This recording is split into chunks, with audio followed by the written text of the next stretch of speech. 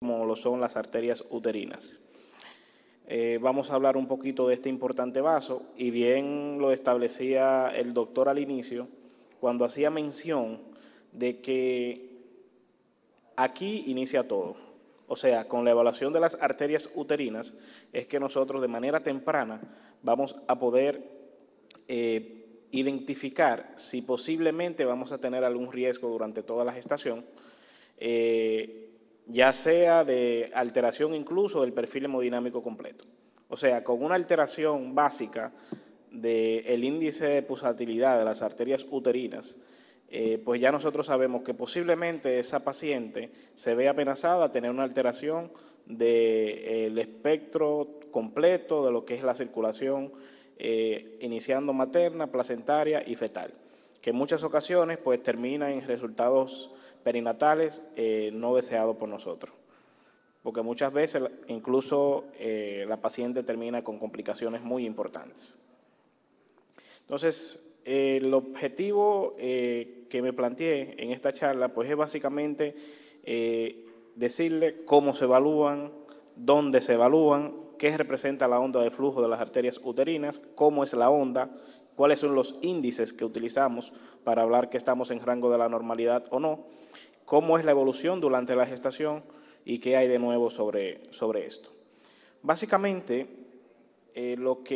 cuando nosotros evaluamos, ya sea por vía transabdominal o por vía transvaginal, pues el espectro de onda que se va a ver es como ustedes lo están viendo pues en la pantalla. Vamos a correr un video, hay un problema técnico.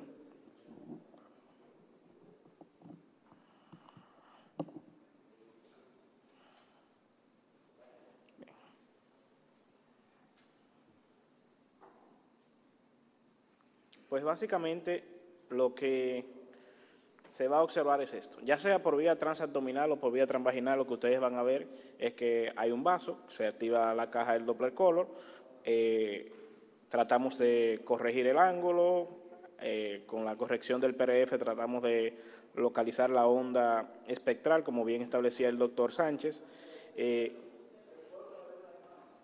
Hay un problema serio acá.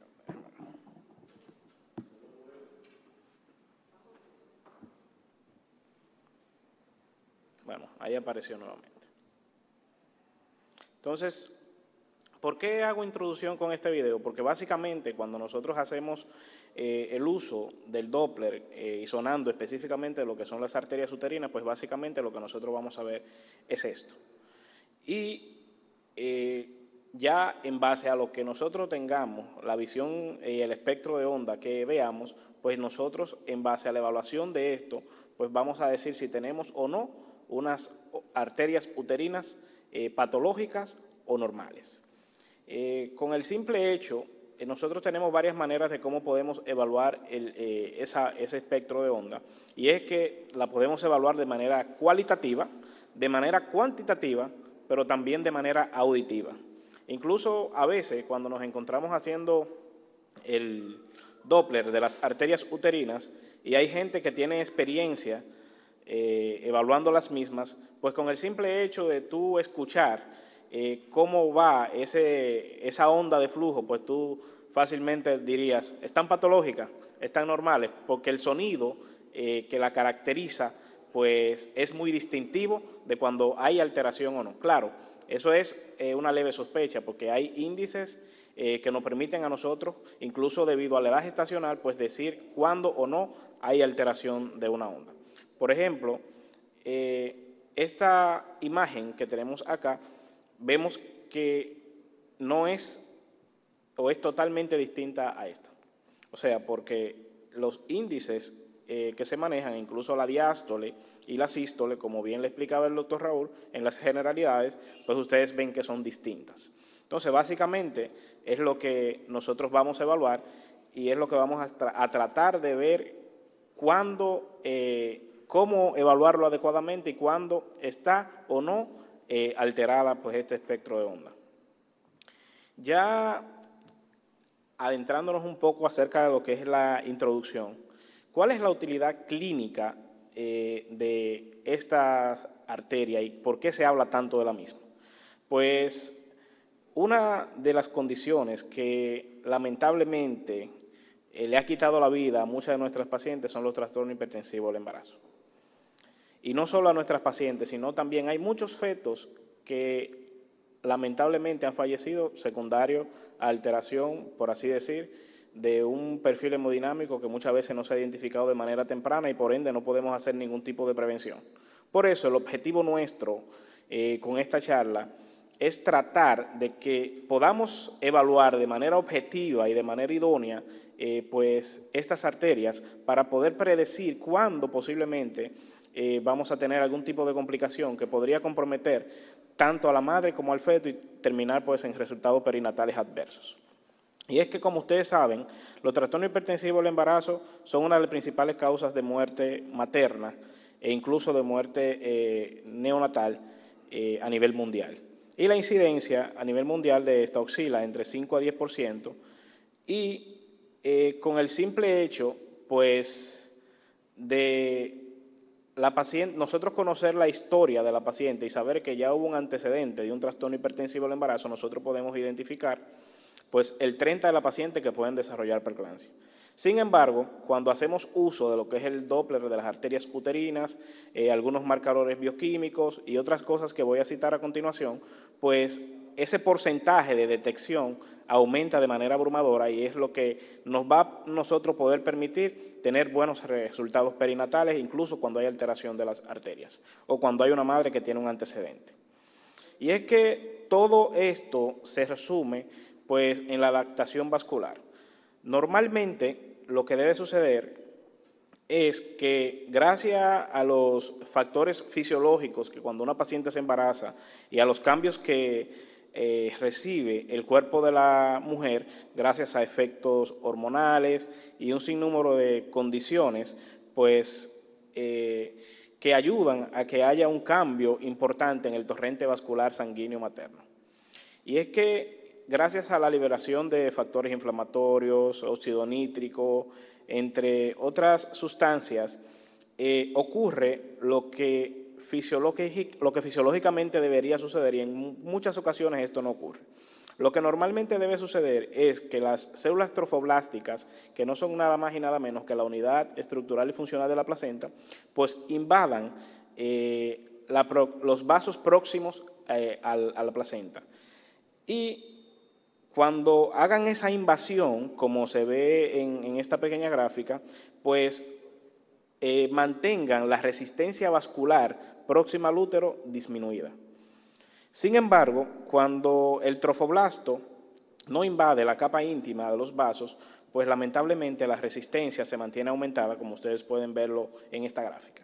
Aquí vemos una imagen en la cual tenemos una paciente no embarazada, y miren cómo es la característica de las arterias, de la adaptación vascular, miren cómo es la característica de los vasos en una paciente no embarazada, miren cómo es la característica del embarazo, de los vasos sanguíneos en una paciente que no tuvo una adecuada invasión trofoblástica, y miren qué grosor maneja este vaso pues en una paciente donde el trofoblasto se implantó de manera adecuada y mantiene pues una longitud aumentada y por ende una resistencia vascular periférica disminuida, para que este tipo de riego sanguíneo llegue con mayor facilidad pues a la placenta y por ende al feto.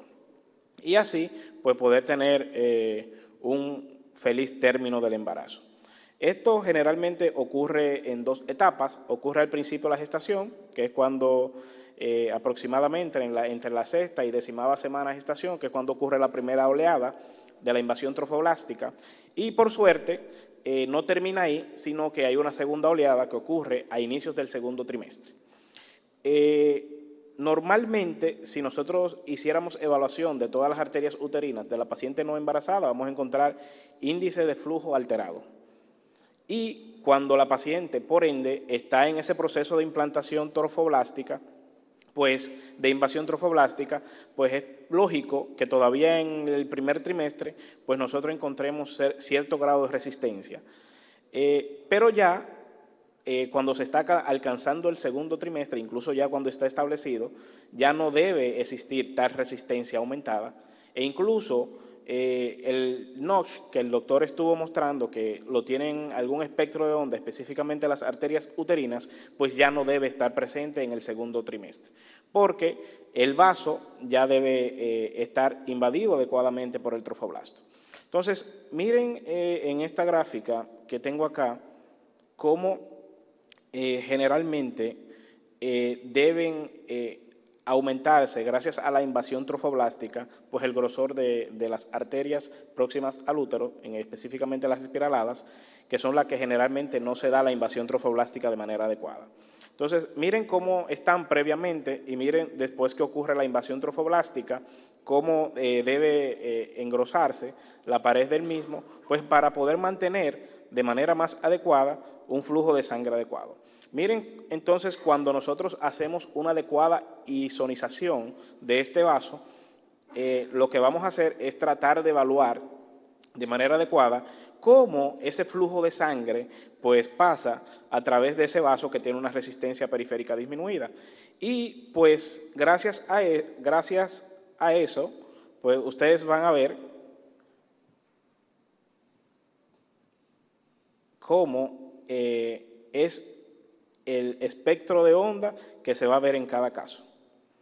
Por ejemplo, miren acá cómo en un vaso que ya ha sobrepasado las 20 semanas de gestación, donde hay una resistencia vascular periférica disminuida y por ende ya sabemos que hay una invasión adecuada del trofoblasto, miren cómo se ve el espectro de onda, pues donde no hay ni siquiera presencia de notch, y a simple vista ya nosotros podemos decir que ese vaso ha estado correctamente invadido y tiene una resistencia vascular periférica disminuida y por ende el flujo de sangre va a ir de manera adecuada. Y es lo que nosotros vamos a evaluar a través del ultrasonido con nuestra paciente cuando hacemos isonización de las arterias uterinas. Sin embargo, en aquellas pacientes donde ese cambio fisiológico no ocurre y ese remodelado no amplía lo que es la luz del vaso, o por lo menos no permite que la capacidad contráctil del mismo se mantenga, pues miren cómo nosotros vamos a tener una onda de flujo totalmente inversa a la que tenemos. Vieron ahorita cómo la sístole, que es esta, pues caía en picada hasta llegar a la diástole, empezaba la otra onda. Sin embargo, aquí miren cómo el espectro de onda desde la sístole baja de manera prácticamente recta, hace un notch y miren cómo sigue. En este caso, pues es evidente que tenemos una resistencia vascular periférica aumentada y no ha ocurrido lo que normalmente debe suceder, y pues son las pacientes que generalmente pues van a tener algún resultado perinatal adverso. Entonces, mi pregunta es la siguiente: ¿puede el Doppler de las arterias uterinas identificar un subgrupo de pacientes con alto riesgo de padecer preeclampsia o restricción del crecimiento y así poder reducir las complicaciones tanto materno como fetales? ¿Hasta dónde vamos, piensan ustedes que eso es posible? ¿Sí o no? ¿Verdad que sí? Entonces, sí, eso ha estado más que evidenciado y hay diversos estudios que nos hablan a nosotros de que podemos reducir tanto los trastornos hipertensivos del embarazo como la tasa de crecimiento fetal restringido. Y es que, como bien citaba el doctor Sánchez en su conferencia, de esto se viene hablando hace mucho tiempo, y es que Campbell, lo citó él en la literatura, desde el 1983, pues ya venía hablando acerca del espectro de onda de las arterias uterinas. Después de esto, pues en 2001, Papagardian hace mención sobre este tema, Christian en el 2005 y Quintero en el 2002, pues ya venían haciendo pininos en investigaciones sobre esta importante evaluación. Ya para el 2004, la Organización Mundial de la Salud pues aprueba que es factible y que tenemos buena respuesta con la evaluación de manera preventiva de las arterias uterinas en aquellas pacientes que generalmente evolucionan de manera tórpida. Entonces, ya saliendo un poquito acerca de la introducción y adentrándonos en la parte interesante, que es la técnica de la identificación de la onda de flujo de las arterias uterinas, que es lo que nosotros vinimos a aprender en este curso taller. Lo principal es saber que debemos tener una edad gestacional basal. O sea, si no tenemos un paciente con la edad gestacional identificada, es imposible que nosotros podamos obtener una evaluación adecuada de un Doppler, de cualquier tipo de Doppler, pero en este caso estamos hablando de las arterias uterinas. Es imposible que nosotros lo hagamos porque las tablas se basan específicamente en base a la edad gestacional. Es decir, vamos a evaluar una arteria, vamos a evaluar otra, vamos a sumarla y vamos a calcular un índice. Pero si nosotros no tenemos la edad gestacional basal de esa paciente, pues es imposible que nosotros podamos determinar si está alterado o no para el tiempo en el que esa paciente está de gestación. Por lo cual es básico pues obtener, ya sea en base a cálculos específicamente de la longitud cráneo-caudal, del primer sonograma que se le haya realizado a esa paciente en una edad gestacional objetiva, pues debemos basarnos en esa edad gestacional para poder datar la edad gestacional, y previo a la datación de la edad gestacional, entonces debemos proceder a hacer una evaluación objetiva de este vaso. Entonces, lo primero, después de eso, pues es identificar el vaso a evaluar.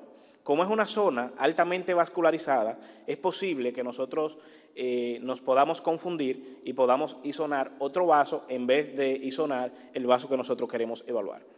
Por ejemplo, en este caso, el espectro de onda que estamos evaluando son las arterias ilíacas, y es un espectro de onda totalmente distinto. Yo creo que con este vaso nadie va a tener problema en la identificación del mismo, porque a simple vista pues podemos visualizar que no es una arteria uterina. Sin embargo, hay algunas ramas que están muy próximos a las arterias uterinas, como las arcuatas, que tienen una onda de flujo muy similar a las mismas. Y todas las arterias, pues periféricas también, pues tienen una onda de flujo similar. Pero hay una condición que nos va a nosotros a poder decir si en realidad estamos o no evaluando esa arteria. Y más adelante le voy a decir qué es. Entonces, aquí tenemos la vena que tiene una onda de flujo pues totalmente distinto. Entonces, ¿cuál es la vía por la cual podemos evaluar las arterias uterinas? Pues, gracias a Dios, tenemos dos vías. Tenemos la vía transvaginal y también tenemos la vía transabdominal. Las arterias uterinas, independientemente de la edad gestacional, puede ser evaluada tanto por vía transabdominal como por vía transvaginal. Sin embargo, en el primer trimestre se recomienda que sea por vía transvaginal, y ya en el segundo trimestre, pues la recomendación, a menos que no haya mucha dificultad, pues se puede realizar de manera muy adecuada y muy idónea, pues a través de la vía transabdominal. Principalmente ya cuando el útero se hace extrapélvico, que generalmente eso ocurre después de la 13, 14ª semana de gestación, y es muy fácil pues poder evidenciar y sonar las arterias después de esas edades gestacionales, y más cuando la paciente pues ya está en el segundo trimestre. Entonces, algo importante es que después, cuando se evalúa a través de la vía transabdominal, la vejiga debe estar vacía. Y cuando se hace transvaginal, pues también debería estarlo, pero no hay tanta complicación como cuando se aborda por la vía transabdominal. Entonces, sine qua non, debemos saber que debemos identificar, ya para poder isonar el vaso, identificar un corte vaginal del útero cuando estamos haciéndolo por la vía transvaginal. Entonces debemos desplazarnos, ya ubicado el cérvix, de manera lateral, tanto derecha como a izquierda, hasta que lleguemos a identificar el vaso, y ahí pues poder activar el Doppler color para identificar el vaso y ahí poder isonarlo. Miren acá cómo tenemos una pequeña gráfica isonando pues a través de la vía transvaginal.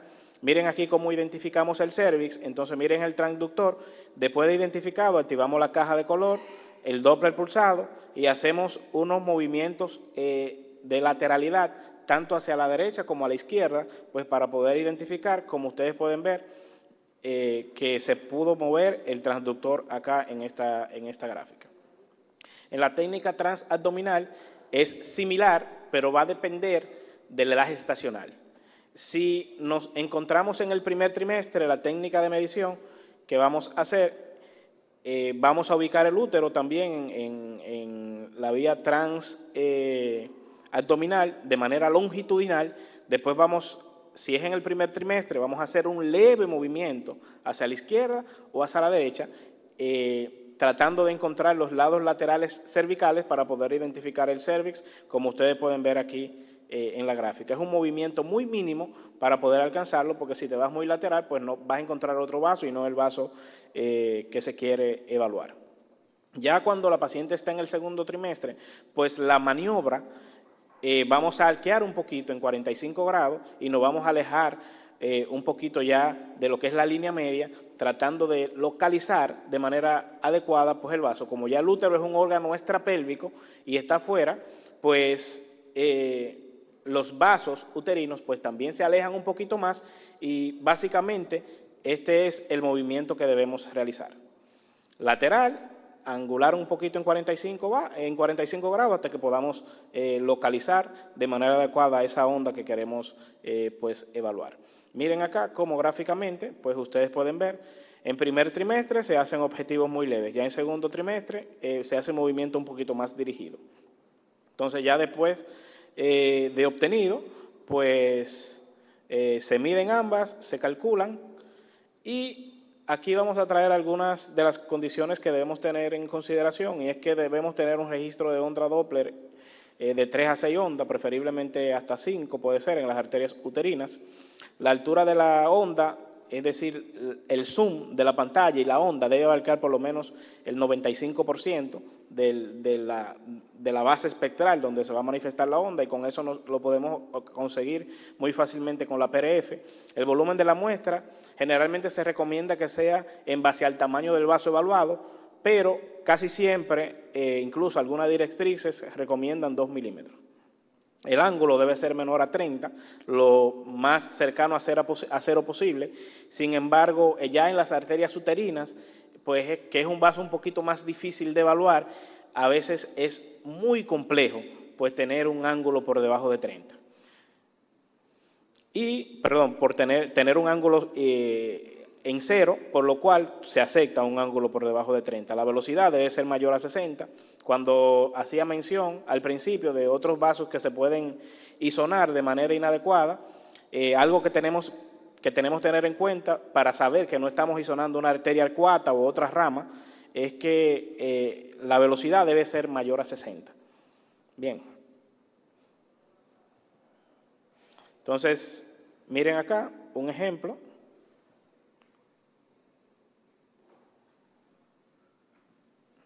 de cómo podemos nosotros, a través de la vía transabdominal, pues ubicar este vaso, jugar con las herramientas que establecía el doctor Sánchez, ampliar un poquito la pantalla, tratar de angular lo más posible a 0, aumentar la PRF, jugar un poquito con los filtros y poder obtener una imagen pues óptima.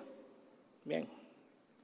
Entonces, cuando hablaba acerca incluso de que de manera auditiva podríamos nosotros en ocasiones saber, no hay ningún estudio que avale esto, pero de manera auditiva podemos nosotros muy fácilmente pues identificar, incluso a veces cuando estamos en la oficina y hay otra persona cerca que escucha, muy fácil, ¿qué edad gestacional tiene la paciente? 20, y escuchan ese sonido que en vez de sonar como un sonido de cascada, como esta, que es cuando está normal, pues es un flujo más intermitente. Bien, y muy fácilmente pues tú puedes decir que hay una alteración de esta. Aquí vemos la evolución fisiológica de la onda de velocidad de flujo. Normalmente en el primer trimestre puede haber presencia del notch. Ya cuando van avanzando la gestación, pues miren cómo este va desapareciendo cuando ocurre de manera fisiológica. Sin embargo, cuando la muesca protodiastólica continúa, pues es probable que después del segundo trimestre, pues esta aún se mantenga pues patológica. Miren aquí cómo se ven, pues ondas anormales, miren acá, cómo podemos ver que ya incluso con edades gestacionales avanzadas, pues permanece en ese espectro de onda y ya podemos decir que es patológico. Ya para hablar acerca de los criterios de normalidad, hay tablas que se las voy a mostrar a continuación. Es importante saber que muchas veces encontramos una onda patológica y la otra está normal, por lo cual se debe hacer un cálculo de ambas y en base a esto. En el pasado había una corriente que decía que con solo una onda pues ya era suficiente para decir que estaba patológico. Sin embargo, esto no se considera y es sobre todo debido a la localización de la placenta. Dependiendo del lado donde se localice la placenta, es posible que haya menor resistencia periférica adyacente a ese lado. Bien, por lo cual no debe necesariamente pues tomarse como parámetro una sola onda, sino un solo lado, sino ambos lados, tanto la derecha como la izquierda. Ya de manera rápida, miren aquí cómo hay tablas establecidas con el IP específico que se debe obtener para cada edad gestacional, pero de manera rápida, en el primer trimestre, pues ya con un índice de pulsatilidad por encima de 2.5, ya podríamos sospechar que está patológico, pero hay que llevarlo y calcularlo en base a la edad gestacional en específico, y con una onda por encima de 1.54 en el segundo trimestre, pues ya también podríamos nosotros de manera rápida, sin llevarlo a la tabla, pues sospechar que posiblemente está patológico. Hay una gran cantidad de estudios que avalan todo esto, que hemos hablado tanto en primer y segundo trimestre, y que nos avalan que el uso de las arterias uterinas pues nos puede predecir tanto lo que es la preeclampsia como la restricción del crecimiento intrauterino. Aquí vemos esta gráfica que es muy importante, que con los antecedentes epidemiológicos, por ejemplo, con la historia materna, solamente podemos detectar un 30% de esas pacientes que posiblemente van a tener alguna complicación. Ya con la tasa de detección agregándole pues las arterias uterinas, vemos como esto sube a un 45%, cuando se asocia con la tensión arterial media más los antecedentes, pues un 38%, y sin los marcadores bioquímicos, solamente con el antecedente y una medición adecuada de las arterias uterinas, miren cómo nosotros podemos tener incluso hasta un 83% de posibilidad de detectar cuando esa madre puede tener resultados adversos perinatales, y cuando ya incluso incluimos los marcadores bioquímicos, pues miren cómo esta cifra aumenta bastante, incluso llegando hasta un 92%. Entonces ya para llevar a casa y para terminar, el incremento del IP en el segundo trimestre predice mejor las preeclampsias, sobre todo la severa, y eso es por el NOSH. Muchas veces en el primer trimestre hay mayor cantidad de falsos positivos que en el segundo trimestre. Sin embargo, hay estadística más que evidenciada que a partir del primer trimestre pues ya se debería instaurar manejo para poder prevenir. Ya yo le dije los valores en los cuales se considera aumentada recientemente. El tamaño de la muestra debe ser 2 o de acuerdo al tamaño del base. El ángulo de isonación debe ser menor a 30, debe haber más por lo menos de 3 a 6 ondas consecutivas y la velocidad debe ser mayor a 60. Entonces, hay que ver que con esto nosotros, más que poder ofrecer buenos resultados perinatales, tanto maternos como fetales, también se reducen muchísimo los costos, porque no es igual tener una unidad de cuidado neonatal llena, pudiendo nosotros tener métodos para la prevención, que no aplicar nada y terminar pues lamentablemente muchas veces pues en partos pretérminos, y esta es una de las causas iatrogénicas que mayormente nos permite a nosotros terminar la gestación antes de tiempo, y eso se puede prevenir, y solo con el simple hecho de tú poder evaluar de manera objetiva unas arterias uterinas, pues podemos evitar esto. Muchas gracias.